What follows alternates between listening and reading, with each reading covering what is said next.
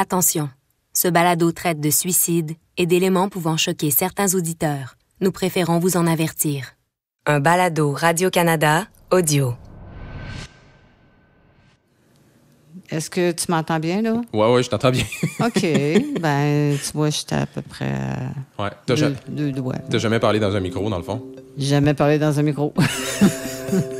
Dans ma quête de mieux comprendre ma peur des drogues, je suis allé voir ma mère, Claire. Quelques jours plus tôt, je lui avais demandé si elle avait une idée d'où cette peur-là pouvait venir. Et puis, elle m'avait répondu qu'en effet, elle se souvenait de quelque chose qui lui semblait important. Donc, j'ai fait « OK, dis-moi rien tout de suite, là. Je m'en viens de voir pour qu'on en parle. » Tu m'as dit que tu te souvenais de quelque chose. Oui, puis ça remonte quand même assez loin. Tu avais 8 ou 9 ans. Aïe, j'ai aucune idée de ce que tu vas me raconter, là. Oui, tu avais 8 ou 9 ans et tu avais une petite amie. Ta meilleure petite amie dans le coin, tu allais à l'école avec. C'est-tu Anne? Oui. Anne. Ça fait tellement longtemps que j'ai pas pensé à elle. Mais je me souviens très, très clairement que oui, c'était ma meilleure amie et puis que j'étais aussi éperdument en amour avec elle. OK. Je m'attendais pas à ce que tu me parles de ça, là, mais vas-y. Puis, Anne, elle avait une tante qui était jeune. Elle avait 30-35 ans, là. Et puis, sa tante qu'elle aimait beaucoup, un matin, Anne, elle arrive, puis elle nous dit, elle est décédée. Puis, on a su que c'était par overdose. Ben voyons. Exactement. Hey, j'ai aucun souvenir de ça. Écoute, puis Anne était perturbée vraiment beaucoup. Puis toi, étant donné que c'était ta meilleure amie, fait que puis t'étais tout le temps avec, fait que t'avais beaucoup de peine toi aussi. Fait que moi, je pense que c'est ta première approche vis-à-vis la drogue. Ma mère m'a dit qu'on en avait discuté longuement après, que c'est moi qui lui avais demandé d'en parler. Bien, c'est sûr qu'on en a parlé parce que toi, t'avais beaucoup d'inquiétudes vis-à-vis ça. Mais c'est sûr que comme t'étais enfant, il fallait que j'utilise des bons termes sans faire trop peur. Ça semble m'avoir affecté, en tout cas, à en juger par ma réaction à un événement qui a eu lieu environ 3-4 ans plus tard. À la fin du primaire, en 6e année, tu m'es déjà arrivé un midi en me disant « Ah, il y a quelqu'un qui prend de la drogue à l'école. » Puis ça me faisait quoi? Ben, t'aimais pas ça. T'aimais vraiment pas ça. Mais toi, t'avais beaucoup de craintes vis-à-vis. C'est peut-être moi qui te transmettais cette peur-là parce que j'avais peur qu'il vous arrive quelque chose. Ouais. Puis que, comme tous les parents. Comme tous les parents. Puis que il reste que la plus grande peur pour des parents, c'est la drogue. Tu sais, c'est savoir que nos enfants prennent de la drogue ou vont prendre de la drogue ou on veut pas qu'ils touchent à ça. Là. À ce stade-là, j'étais même pas encore entré au secondaire. Et puis, je me rappelle très bien que dans mon adolescence, tout ce qui avait rapport avec la drogue me rendait extrêmement inconfortable. Bon, fait que ça serait ma blonde quand j'avais 8-9 ans, finalement. Ça serait pas mal ça. Wow, j'en reviens pas d'apprendre ça. C'était complètement effacé de ma mémoire.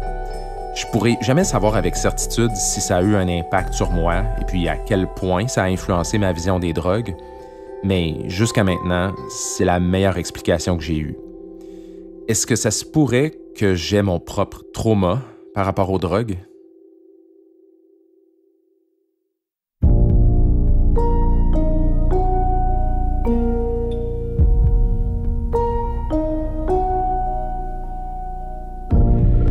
Je m'appelle Olivier Bernard et vous écoutez Dérive Ayahuasca. Épisode 4. Trauma.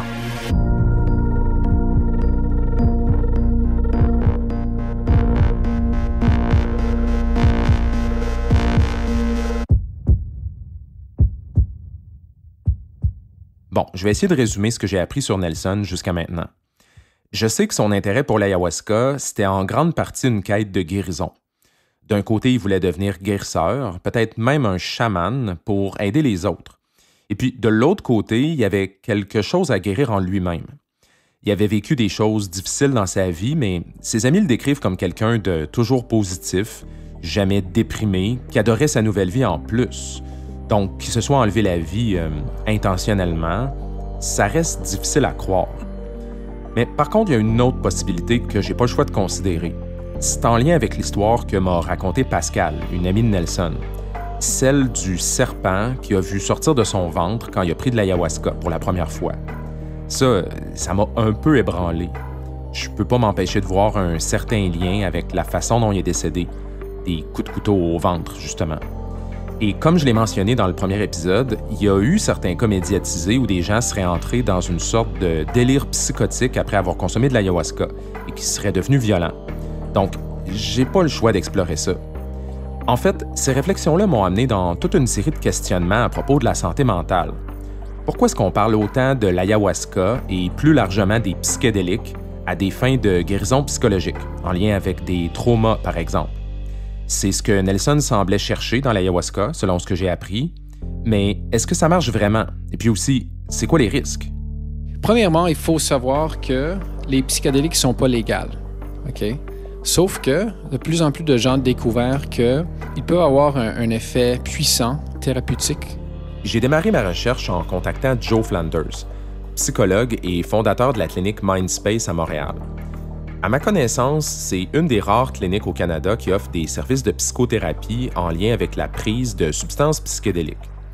L'aspect psychothérapie est important ici parce que c'est vraiment dans ce contexte-là qu'on envisage d'utiliser les psychédéliques en santé mentale. Autrement dit, l'idée, ce serait d'aller voir un ou une psychologue, de prendre une substance psychédélique en cabinet et d'avoir un accompagnement professionnel à travers cette expérience-là, pendant plusieurs heures sur plusieurs séances. C'est pas comme un drogue qui règle un problème de santé. Ça crée une expérience et pour bien guérir, il faut bien comprendre ce qui s'est passé pendant cette expérience-là. Fait que ça, c'est la thérapie d'intégration. Intégration, c'est le même mot qui est utilisé dans les cérémonies d'ayahuasca. Ça veut tout simplement dire de discuter avec un accompagnateur, thérapeute, chaman ou autre, des pensées et des émotions que l'expérience psychédélique fait surgir. Donc, ça, c'est ce qui se ferait si les psychédéliques étaient légaux, mais c'est pas le cas en ce moment. Donc, la clinique Mindspace fonctionne d'une manière vraiment spéciale. Si une personne se procure par elle-même des psychédéliques et les utilise à la maison, elle peut contacter la clinique pour faire une psychothérapie en parallèle au cours de laquelle l'expérience psychédélique va être intégrée, donc discutée. Il y a plein de gens qui veulent se faire des expériences avec des psychédéliques. Et dans le fond, ce que vous offrez dans un sens, c'est un peu pour éviter que les gens restent avec ça et qu'ils ne savent pas quoi en faire, dans le fond. Exactement. Parce que les gens vont en faire des expériences de toute façon. Exactement. Ça ne fonctionne pas de juger les gens, de leur dire quoi faire, de leur dire que c'est mauvais. Alors, il faut développer une meilleure relation avec ces gens-là. Bon, maintenant, vous vous demandez peut-être, qu'est-ce que ça ajoute de prendre un psychédélique durant une psychothérapie versus juste faire une psychothérapie normale? En tout cas, moi, je me posais la question. En fait, l'idée, c'est que l'expérience psychédélique peut mettre la personne dans un état où elle va avoir une perspective différente sur sa vie et sur ses émotions, et pendant laquelle elle pourrait être plus réceptive à la psychothérapie. C'est dur de comprendre, c'est dur de s'ouvrir, de vraiment aller très loin dans nos pensées. Ce qui est intéressant avec les psychédéliques, c'est que les psychédéliques vont nous ouvrir de façon très profonde pour une période de 4 à 6 heures peut-être. Mais autrement dit, est-ce que c'est une sorte d'effet de désinhibition? C'est-à-dire que la personne, il y a des choses qu'elle a à l'intérieur d'elle, elle n'est pas capable d'en parler ou elle n'est pas capable de se reconnecter avec ses émotions. Puis là, le psychédélique va créer une sorte de désinhibition de ces choses-là. Toutes les espèces de barrières artificielles qu'elle va se mettre tombent. Oui, c'est exactement ça. Je pense que... Depuis une dizaine d'années, il y a eu un regain d'intérêt pour la recherche en santé mentale avec les psychédéliques. Les substances demeurent illégales pour le grand public, mais les chercheurs peuvent demander des autorisations spéciales pour les tester dans des essais cliniques. Ça a fait en sorte que certaines utilisations sont maintenant assez bien appuyées par la science. Il y a au moins 3 applications des psychédéliques qui y a une base de recherche quand même intéressante. Premièrement, le plus avancé, c'est le MDMA pour le stress post-traumatique. Le MDMA, c'est la drogue que vous connaissez peut-être sous le nom Ecstasy. C'est pas exactement un psychédélique, mais c'est utilisé de la même façon. La personne va ressentir du bien-être, elle va se sentir plus sociable et plus en confiance. Et c'est ça qui est recherché dans un contexte de psychothérapie, dans le but de sécuriser la personne et de l'aider à mieux se connecter avec ses émotions. Les résultats sont vraiment impressionnants. Alors, c'est vraiment une question de temps avant ce traitement-là pour cette problème-là est légal et accessible aux gens. Une petite précision ici, quand Dr. Flanders dit que ça va être bientôt légal et disponible, ce qu'il veut dire, c'est que l'utilisation de psychédéliques dans un cadre médical pourrait être autorisée éventuellement si les résultats des recherches sont assez convaincants. Donc, par exemple, un psychiatre pourrait prescrire la substance en prévision de séances de psychothérapie assistée. Pas loin derrière cette combinaison-là, c'est le psilocybine pour la dépression. Comme on l'a vu dans l'épisode précédent, la psilocybine, c'est l'ingrédient actif des champignons magiques. Et encore là, elle est administrée dans un cadre de psychothérapie sur plusieurs séances. Les résultats sont impressionnants. Alors, bientôt, ça va être disponible. Et peut-être derrière ça, l'anxiété ou des troubles affectifs pour les gens qui ont des maladies terminales. Au moment où je travaille sur le balado, certains États des États-Unis et certaines provinces canadiennes commencent à permettre aux personnes en fin de vie ou qui sont atteintes d'une maladie en phase terminale d'avoir accès à des champignons magiques pour les aider à faire face à la détresse psychologique associée à la possibilité d'une mort imminente. Aussi, je le mentionne au passage, mais il y a une sorte de mode chez les psychonautes en ce moment qui s'appelle le microdosage ou microdosing. Ça consiste à prendre à chaque jour à la maison des toutes petites doses de psychédéliques. Pas assez pour avoir des hallucinations, là, mais certaines personnes disent que ça aide à améliorer leur humeur. Donc ici, on est vraiment plus dans un usage qui ressemble à une prise quotidienne de médicaments, comme si c'était un antidépresseur qui venait jouer sur la chimie de notre cerveau. Sauf que pour le moment, il y a très peu de recherches sur ce type d'utilisation-là, et donc on ignore si c'est efficace et sécuritaire. On est mieux placé pour donner des conseils par rapport aux voyages psychédéliques plus intenses. Il y a plus de recherches, c'est beaucoup plus avancé. Je dois avouer qu'avant de travailler sur le balado, j'étais assez sceptique par rapport à toutes les prétentions thérapeutiques qui entourent les psychédéliques. C'est souvent décrit comme une révolution des soins en santé mentale, et puis moi, en matière de science, je déteste l'exagération. Finalement, ce que je réalise, c'est que d'un côté, oui, il y a des recherches extrêmement prometteuses, comme on vient de voir, et de l'autre côté, oui, il y a de l'exagération. D'ailleurs, un article publié dans la revue Nature en janvier 2021 mentionnait que le domaine était contaminé par un trop grand enthousiasme chez certains chercheurs qui sont devenus pratiquement des évangélistes et pour qui les psychédéliques seraient une sorte de cure miracle. Je vous donne un exemple de ça. Alors que je travaille sur le balado, j'apprends qu'une grande étude internationale viendrait tout juste de prouver que l'ayahuasca est très efficace pour traiter l'anxiété et la dépression. Donc, j'ai lu l'étude en question et puis, en fait, les chercheurs ont demandé à des gens qui avaient déjà pris de l'ayahuasca dans le passé si, subjectivement, ils avaient l'impression que ça les avait aidés. Et puis, 94% des gens ont dit que ça les avait au moins un peu aidés. Ouais, désolé, mais on est plus proche d'un sondage que d'une étude scientifique ici. On peut tirer aucune conclusion de ce genre de résultats-là. Croyez-le ou non, mais il y a des tonnes de recherches du genre dans le monde des psychédéliques. Des études avec une méthodologie hautement discutable, mais dont on présente les résultats comme si c'était très convaincant. J'en ai parlé à Dr. Flanders et puis il était au courant de ces problèmes-là. C'est sûr que c'est un enjeu et c'est une faiblesse dans ces recherches-là. Bon, OK, attention, là, je suis pas en train de remettre en doute tout ce qui se fait dans le domaine, là, pas du tout. Oui, les résultats de certaines recherches sont impressionnants et tout à fait légitimes. Mais on se doit quand même de rester très prudent dans ce qu'on affirme. Surtout que les psychédéliques, c'est des substances puissantes dont on ne devrait pas banaliser l'utilisation. Oui, les psychédéliques peuvent avoir un effet important, un effet thérapeutique pour les gens, mais s'ils ne sont pas consommés de façon sécuritaire, intelligente, très bien planifiée, les gens peuvent avoir des expériences très désagréables.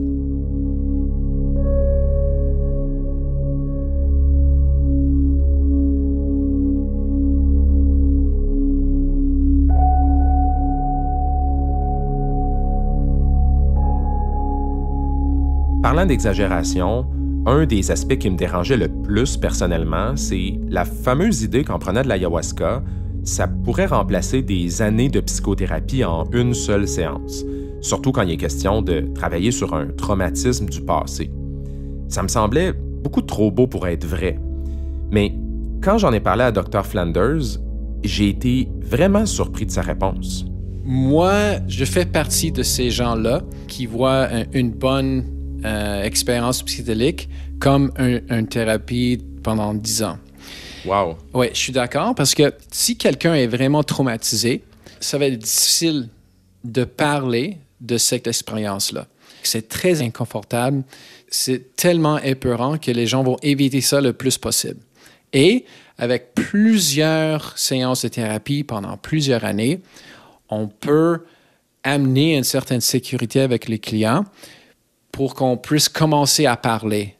Ce qui est intéressant avec les psychédéliques, c'est que ça peut débloquer et donner accès au point de vue très intéressant qui va prendre plusieurs années de creusage pour le voir.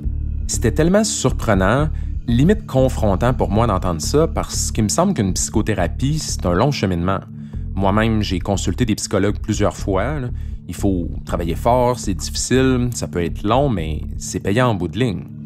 Donc, l'idée qu'on peut comme sauter tout ça et puis avoir des réponses en quelques heures, j'ai vraiment de la misère à y croire. Pour m'orienter là-dessus, j'ai contacté Pascal Brion, psychologue spécialisé dans le traitement des traumas psychologiques. Les séances de psychothérapie traditionnelles ciblant le trauma ont une efficacité d'à peu près 70%. C'est quand même énorme, 70% d'efficacité. Mais donc, il y a des gens, d'une part, qui ne réagissent pas à ces thérapies, mais il y a aussi des gens qui ne sont pas capables de suivre ces thérapies et qui vont les abandonner parce qu'elles sont trop exigeantes. Donc là, évidemment, je lui ai demandé ce qu'elle pensait de l'idée que les psychédéliques pourraient aider ces gens-là pour qui la thérapie conventionnelle n'a pas fonctionné, et puis si ça peut vraiment remplacer des années de psychothérapie. Et puis, en fait, elle n'était pas totalement fermée à cette idée-là, mais avec plusieurs bémols. Moi, j'entends tout ça, puis ça a l'air extraordinaire, tu sais, dans le sens où on se dit, ben non, non, mais c'est vrai, dans le sens où ça va devenir le standard par excellence de traitement pour tout le monde qui a des traumas. En même temps, ça peut pas être une panacée, là. En psycho, on est rarement tranchant, mais je vous dirais que c'est plutôt pour des clients qui sont très réfractaires au traitement ou que les stimuli pour pouvoir parler du trauma sont tellement évocateurs, souffrants, entraînent tellement d'évitement et donc ne peuvent pas profiter de la thérapie. Maintenant, que de dire que ça va guérir tout le monde ou bien que ça va permettre de faire en sorte qu'il n'y ait pas des années de thérapie, bien, ça dépend. De dire que ça va devenir le traitement de base, je pense que c'est pour le moment prématuré. Un bémol important d'ailleurs, c'est l'idée que c'est le psychédélique qui fait tout le travail. En bout de ligne, je veux dire, de prendre un psychédélique en tant que tel, en soi, ça va rien faire. Il faut que la thérapie soit de qualité à côté. Oui, puis si vous prenez un psychédélique tout seul dans votre salon en espérant que ça diminue tous vos réactions de flashback, d'hypervigilance, de post-traumatique liées à un trauma, bien non, ça fonctionnera pas. Et vous mentionnez un point important, M. Bernard, ici, c'est qu'un des inconvénients qui a été mis en évidence dans la littérature, c'est l'attribution fausse du cheminement thérapeutique. Alors, je m'explique, c'est-à-dire que certains patients attribuent à la molécule l'amélioration de leurs symptômes plutôt que de s'attribuer à eux-mêmes l'amélioration de leurs symptômes et de se l'attribuer au cheminement thérapeutique. Et donc, il m'en faut davantage parce que j'ai l'impression que c'est ça qui a été efficace pour diminuer mes symptômes. Autrement dit, non seulement la personne ne s'accorde pas le mérite qui lui revient dans son cheminement, ce qui est dommageable en soi, mais en plus, vu qu'elle attribue tout le succès à la substance psychédélique, elle risque d'en prendre des plus grandes doses plus souvent.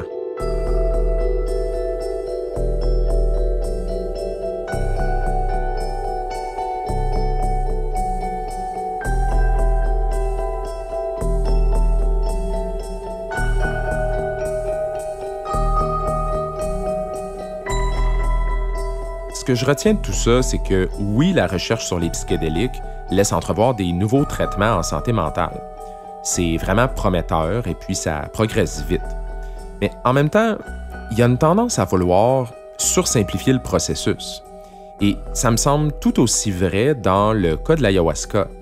Parce qu'on s'entend, aller faire des cérémonies dans la jungle avec un chaman pour traiter une dépression ou des traumatismes, versus aller consulter des professionnels dans une clinique spécialisée, on ne joue pas dans le même registre. Et ça m'amène à vous parler d'un dénouement inattendu dans ma recherche pour le balado. Je vous explique. Pascal, une des amies de Nelson, est retournée lire des messages qui se sont échangés dans les 2-3 dernières années avant son décès. Et puis, elle me tenait au courant de ses trouvailles. En voici une. C'est en 2017, 15 juin 2017. On a parlé d'ayahuasca, c'est sûr, parce qu'après... ici, vous pouvez voir Dave, mon chaman. Ça s'appelle Ayahuasca Vine of the Soul. Nelson avait confié à Pascal qu'il était inspiré par quelqu'un dans sa quête de devenir guérisseur. Un chaman du nom de Dave qui fait une apparition dans un documentaire de 2010, La liane de l'esprit. Some people talk about the chemical. It's not a chemical. Ayahuasca is a spirit. Ça raconte l'histoire d'un Canadien, Dave, qui se rend au Pérou pour devenir chaman et apprendre à utiliser l'ayahuasca.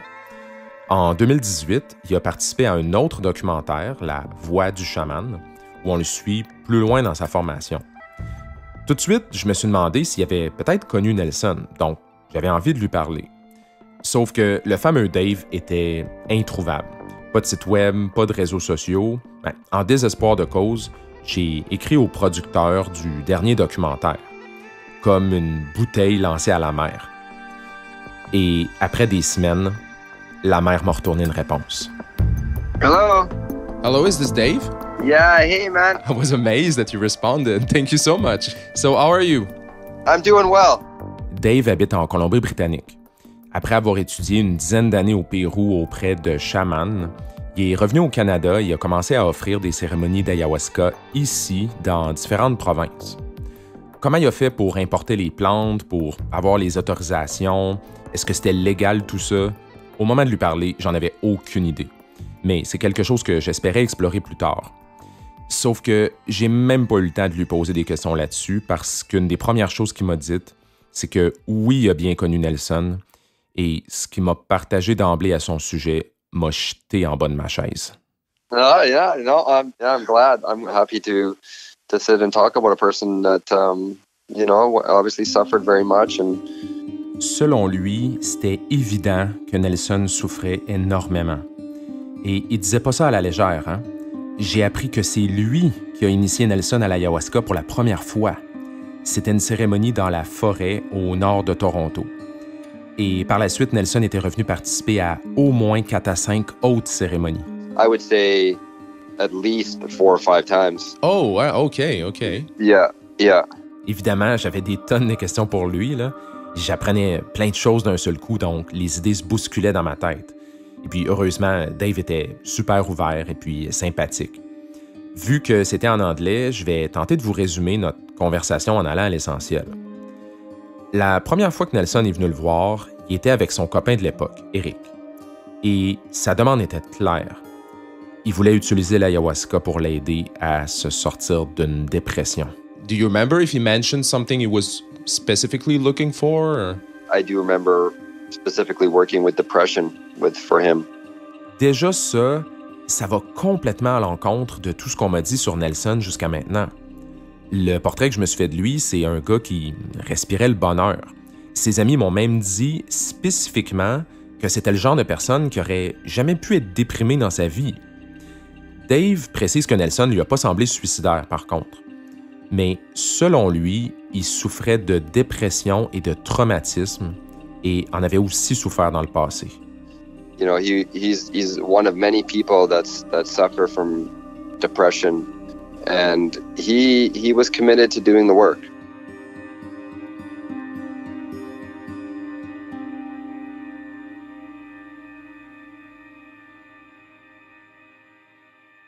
Bon, je vais devoir réfléchir à tout ça, mais pour le moment, Je voulais plus d'informations sur ces cérémonies avec Nelson. He did have one very difficult ceremony. I think the very first time he drank, he went through kind of a personal hell. And he actually had to be removed from the ceremony and taken to like a quiet space for him just to be in a process, and people were sitting with him. La première expérience de Nelson avec l'ayahuasca avait été extrêmement difficile. L'expérience la plus difficile de sa vie, selon Dave. Il avait tellement mal réagi au mélange qu'il avait dû être exclu et des gens s'étaient occupés de lui le reste de la soirée.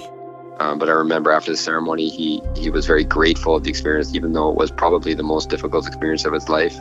Éventuellement, Nelson a dit à Dave que cette expérience-là l'avait énormément aidé.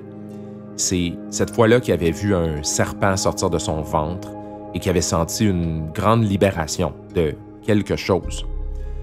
Dave m'a pas donné plus de détails, soit parce qu'il le savait pas ou soit parce qu'il préférait garder ça privé, et puis je respecte ça. Par la suite, quand son ex-copain Eric s'est enlevé la vie, Nelson est retourné voir Dave pour l'aider à traverser son deuil. I remember calling Nelson up in the ceremony to just help him release and grieve Eric's passing. Et éventuellement, Dave a plus revu Nelson. Il n'était pas au courant qu'il était allé au Pérou ou même qu'il était lui aussi sur un cheminement pour devenir guérisseur. Dave se souvient de Nelson comme quelqu'un d'extrêmement gentil et poli, qui avait beaucoup de respect pour les cérémonies. Quand il a appris son décès, ça lui a fait énormément de peine. Il m'a dit, avec la voix brisée, « Parfois les ténèbres prennent le dessus et obscurcissent le jugement, mais j'ai vu son cœur et c'est ce que je porte en moi. » Sometimes the darkness, just takes over the clouds the mind and the judgment of the person. But I saw his heart, and that's what I carry in my heart.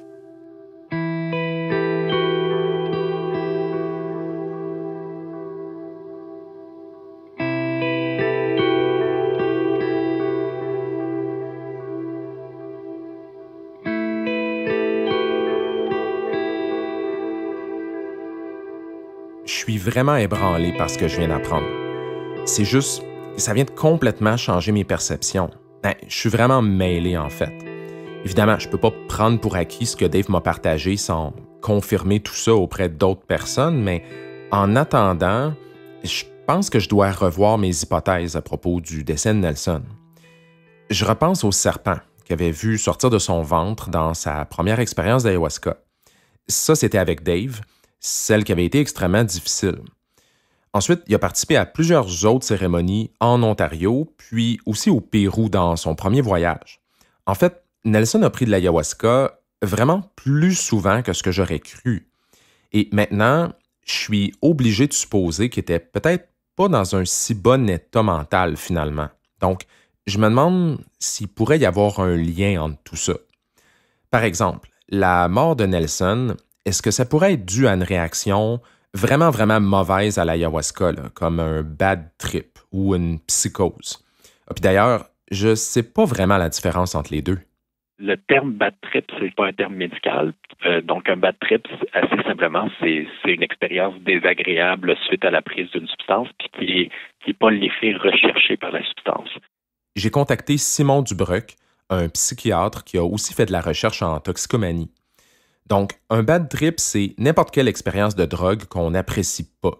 Mais par contre, la personne reste en contact avec la réalité, ce qui n'est pas le cas dans une psychose. Le terme plus précis, ça devrait être un trouble psychotique induit par une substance. Ce que ça veut dire, en fait, c'est l'apparition de symptômes psychotiques qui sont principalement des délires. Donc, par exemple, penser que quelqu'un nous poursuit ou veut nous tuer, qu'il y a un vaste complot contre nous, et que même si on a des preuves que ce n'est pas la réalité, on continue à être convaincu de ça. Et puis l'autre grande partie des symptômes de psychose qui peuvent être induits, ce sont les hallucinations.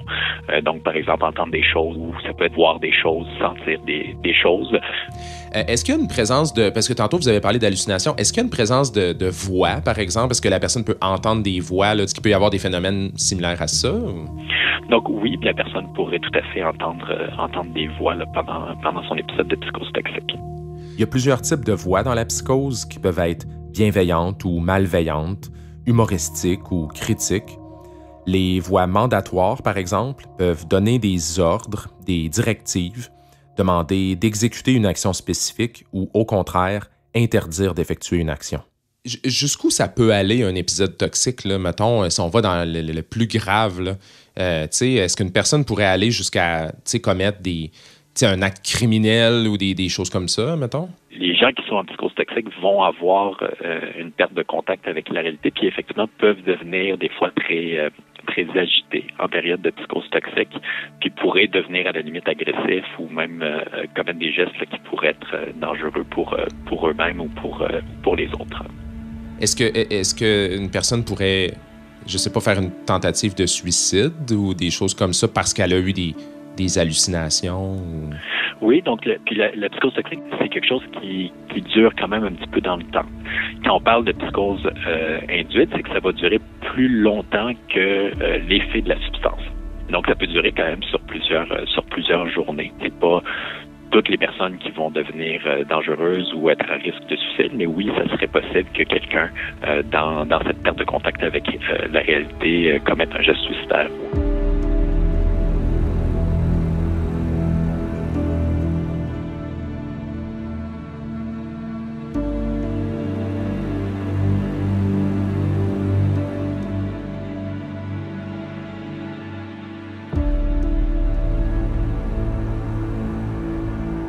Admettons une personne là, qui, justement, ferait un geste violent envers elle-même, une tentative de suicide, des choses comme ça. Est-ce qu'il faut nécessairement qu'il y ait eu des pensées suicidaires préalables à ça, ou ça pourrait carrément arriver juste comme ça?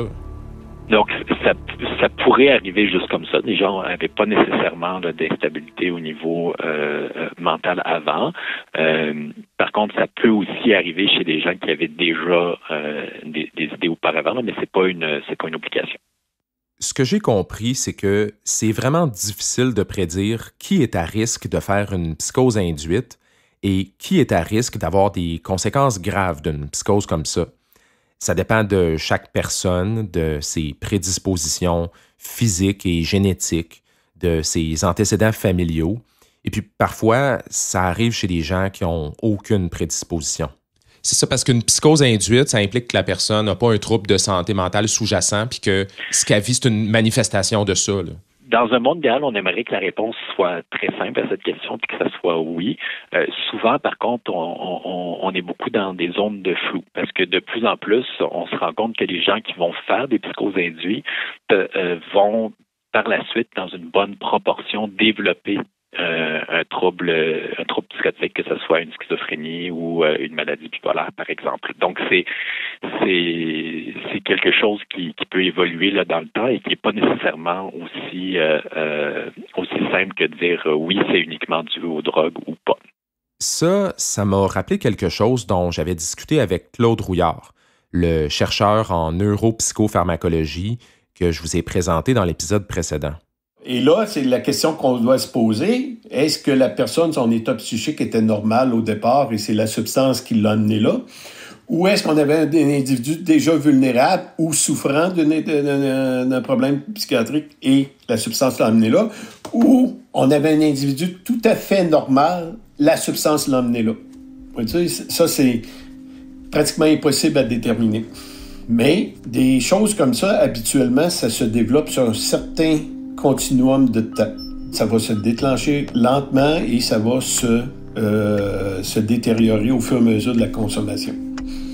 C'est drôle parce que ce que vous venez de dire, j'ai l'impression que ça va complètement à l'encontre de la perception populaire, c'est-à-dire que j'ai l'impression que la plupart des gens, puis je m'inclus là-dedans, là, on se dit, ce qui est le plus risqué, là, c'est j'ai jamais pris une substance hallucinogène. Si j'en prends une, là, je pourrais faire un méchant bad trip ou avoir de quoi de vraiment grave. Tandis que les gens qui en font souvent, des psychédéliques, c'est souvent le cas, les gens qui aiment ça, ils vont en faire vraiment souvent. On se dit, pour eux, c'est pas dangereux. Là, ils en ont fait vraiment souvent. Fait eux, c'est clair qu'ils sont pas à risque. Ce que vous me dites, c'est que c'est pratiquement l'inverse. Moi, je te dirais pratiquement l'inverse. Tu as un individu qui en consomme, puis il n'y a pas d'effet secondaire de type psychotique. Tu as un autre individu, du moment qu'il va consommer, il va avoir l'apparition d'effets psychotiques. Et à mesure qu'il va avancer, il va avoir une sensibilisation à ces effets indésirables-là. OK? Donc, s'il en a fait une première fois, par la suite, une dose plus faible peut induire encore ces effets psychotiques-là. Donc, dans un sens, quelqu'un qui prend des psychédéliques ou des hallucinogènes à répétition, souvent, régulièrement, ça peut la fragiliser dans un sens où ça peut augmenter sa vulnérabilité? C'est du cas par cas, mais ça pourrait être ça également.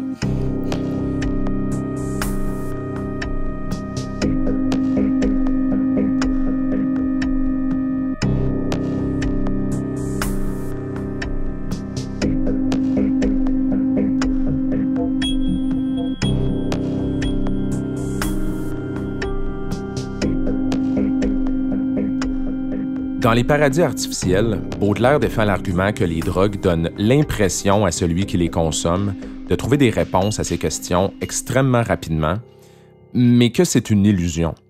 Je le cite. « Toute contradiction s'efface. Tous les problèmes philosophiques deviennent limpides, ou du moins paraissent tels.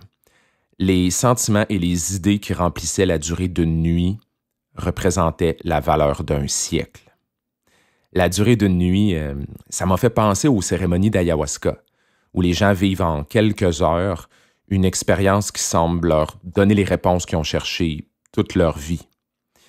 Puis ensuite, Baudelaire ajoute « Mais je les prierai d'observer que les pensées dont ils comptent tirer un si grand parti ne sont pas réellement aussi belles qu'elles le paraissent sous leur travestissement momentané. » Bon, évidemment, c'est seulement son opinion, là, l'opinion d'un poète maudit du 19e siècle qui a pris beaucoup de drogue. Mais il reste que ça m'a fait réfléchir par rapport à mes questionnements personnels en lien avec les drogues. Ma mère m'a raconté un épisode de mon enfance plus tôt qui a peut-être joué un rôle là-dedans, mais ma discussion avec elle m'a rappelé d'autres souvenirs aussi. J'ai jamais parlé de ça à personne avant aujourd'hui, mais dans ma famille, il y a eu plusieurs personnes qui ont souffert de troubles de santé mentale, parfois graves. Dépression, anxiété, mais aussi troubles bipolaires, schizophrénie, psychose. Je sais tout ça depuis que je suis très jeune, là. J'avais jamais fait le lien, mais je me demande si ça a joué un rôle dans ma peur des drogues. Parce qu'on s'entend, pas besoin d'être pharmacien pour savoir que les drogues, ça crée des perturbations sur le cerveau, donc si je savais qu'il y avait peut-être déjà une prédisposition dans ma famille, je sais pas, là, c'est une théorie. Ça m'a aussi fait réfléchir sur certaines entrevues que j'ai faites avec des psychonautes. La plupart d'entre eux m'ont cité comme raison de leur intérêt pour les psychédéliques, la spiritualité ou la curiosité. Mais quand on creuse un peu plus, des fois, on se rend compte qu'il peut aussi y avoir autre chose en tout ça. Toi, ce que je comprends, c'est que ça s'inscrit dans un cheminement qu'on pourrait dire spirituel. Mm-hmm. C'est-tu une bonne façon de le présenter? 100%. Vous avez entendu Vanessa dans les épisodes précédents. Elle a participé à 7 cérémonies d'ayahuasca au total. Donc, tu sais, moi, je te regarde, là, puis t'as l'air de quelqu'un qui, probablement, t'as l'air en bonne santé, t'as l'air heureuse, t'as l'air d'être une personne aussi qui est, disons, spirituellement décomplexée, là. Ouais. Donc, mais pourtant, t'as quand même envie d'en faire plusieurs fois. Qu'est-ce que tu vas chercher là-dedans? Juste qu'est-ce qui fait que tu te dis à la fin, ben, je veux continuer à en faire d'autres? C'est que la deuxième fois que je suis allée au Pérou, c'était un peu plus dans une optique de guérison de violences sexuelles que j'avais vécues. Puis c'est sûr que je me suis mis à voir l'ayahuasca comme un chemin de guérison qui fonctionne pour moi. Vanessa m'a parlé de traumas importants qu'elle avait vécu dans le passé. Je vais pas me mettre le détail ici, même si elle a été super ouverte avec moi parce que je veux respecter sa vie privée. Éventuellement, elle a aussi développé de l'intérêt pour d'autres substances psychédéliques. J'ai fait 2 fois de l'acide et quelques fois des champignons magiques. Sauf que moi, je suis une fan du microdosing, en fait, de champignons magiques. C'est très rare que je prends du champignon magique pour comme partir bien loin, là. J'en prends des tout petites doses dans du thé juste pour comme élever mon mood, surtout dans des moments où est-ce que j'ai travaillé énormément puis que je le sais que je vais avoir un crash un peu. Ça m'aide beaucoup à retrouver de la joie, à avoir du plaisir. Il y a beaucoup de bienfaits par rapport à ça, parce que j'ai quand même un tempérament à tendance très dépressif. J'ai fait ma première dépression à 8 ans. Donc, dans un sens, ce que j'ai dit, c'est pas tout à fait vrai, parce que je disais, c'est vraiment dans une démarche purement spirituelle, mais non, tu as utilisé le mot guérison plusieurs fois quand même. Oui, c'est parce que moi, j'associe les deux. C'est pour moi, ma guérison et spiritualité sont très, très, très interreliées, parce que ma démarche de guérison personnelle est très associée à ma démarche spirituelle.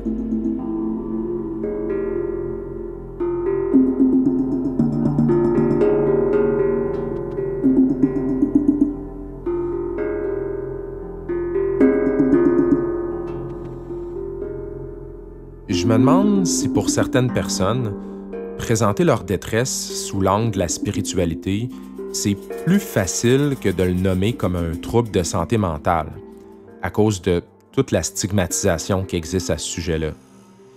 Nelson aurait pu parler de ses problèmes avec ses amis, par exemple quand il a vécu le deuil de son ex-copain, Eric. Pascal lui a offert son soutien, mais il lui a donné une réponse étrange, un peu évasive, à propos de la vie comme une folie, et puis elle a respecté le fait qu'il semblait pas vouloir en parler. Pour trouver de l'aide, Nelson s'est tourné vers la spiritualité et vers l'ayahuasca. Mais selon ce que j'ai appris jusqu'à maintenant, mon impression, c'est que l'ayahuasca l'a pas tant aidé finalement. Dès le départ, ça a été souffrant. Il a ressenti le besoin d'en reprendre plusieurs fois par la suite, puis il demeurait à l'intérieur d'une certaine détresse à travers ça, selon Dave le chaman. Et la dernière fois qu'il en a pris, dans son deuxième voyage au Pérou, il y a la possibilité bien réelle que l'ayahuasca l'ait fait perdre contact avec la réalité, malgré lui, et lui ait fait commettre l'irréparable. Je me demande si certaines personnes fondent peut-être un peu trop d'espoir dans les psychédéliques et dans l'ayahuasca. Parce que des fois, tu peux voir justement des scènes qui sont super difficiles à voir, puis qui amènent des réalisations difficiles à encaisser aussi. Il faut que tu aies un système de support qui est là pour t'attraper quand tu as ces réalisations-là, tu sais. Un système de support qui est là pour t'attraper.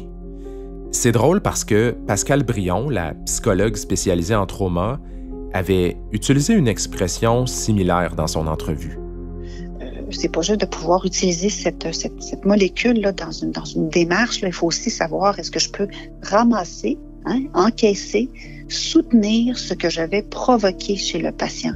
Et donc ça aussi, c'est tout un travail de spécialiste, de compétences. Je me demande c'est quoi le système de support au Pérou après les cérémonies d'ayahuasca. Les gens vont là pour guérir des traumatismes graves, pour traverser des dépressions majeures. Est-ce que les chamans, les centres et leurs équipes sont les bonnes personnes pour attraper les participants quand ils redescendent? On est un des rares instituts où on reçoit des gens qui ont été justement dans des chalets, dans des centres de santé pendant une fin de semaine, pendant une semaine, puis qui reviennent extrêmement traumatisés par des traitements passés auprès de ces intervenants ou chamans, où ils se sont sentis sous l'emprise de quelqu'un d'autre, sous le pouvoir de quelqu'un d'autre. Et c'est très triste parce que ces gens qui souffraient, qui avaient mis beaucoup d'espoir dans une thérapie, ont vécu dans cette thérapie une expérience d'abus, une expérience d'invalidation, se sont trouvés face à des gens qui possédaient des traits narcissiques, pervers, et donc ont vécu une victimisation secondaire, qu'on appelle. Et donc, on a pu recevoir à l'Institut des gens qui nous disaient, non seulement j'ai été victimisée dans le passé, j'ai mis beaucoup d'espoir dans une thérapie et j'ai été revictimisée. On peut imaginer les effets dévastateurs que cette expérience-là a eu. Et c'est là qu'on peut assister à certaines dérives qui pourraient être inquiétantes.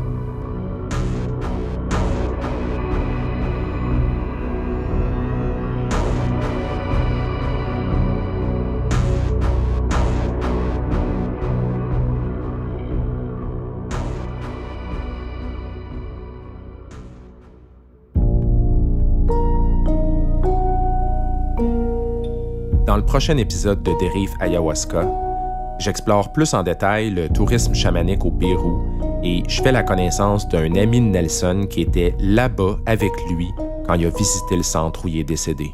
Des autochtones qui investissent, qui empruntent de l'argent, qui emploient des personnes pour construire leur centre, travailler au sein de leur centre. Donc c'est intéressant, cette figure un peu du chaman entrepreneur. Dans le rituel où on va prendre de l'ayahuasca, il y a presque comme une induction hypnotique, c'est-à-dire vous allez sans doute entendre quelques voix, c'est normal, c'est la plante qui vous parle et tout ça. On nous représente les esprits de la forêt, on nous représente ce serpent.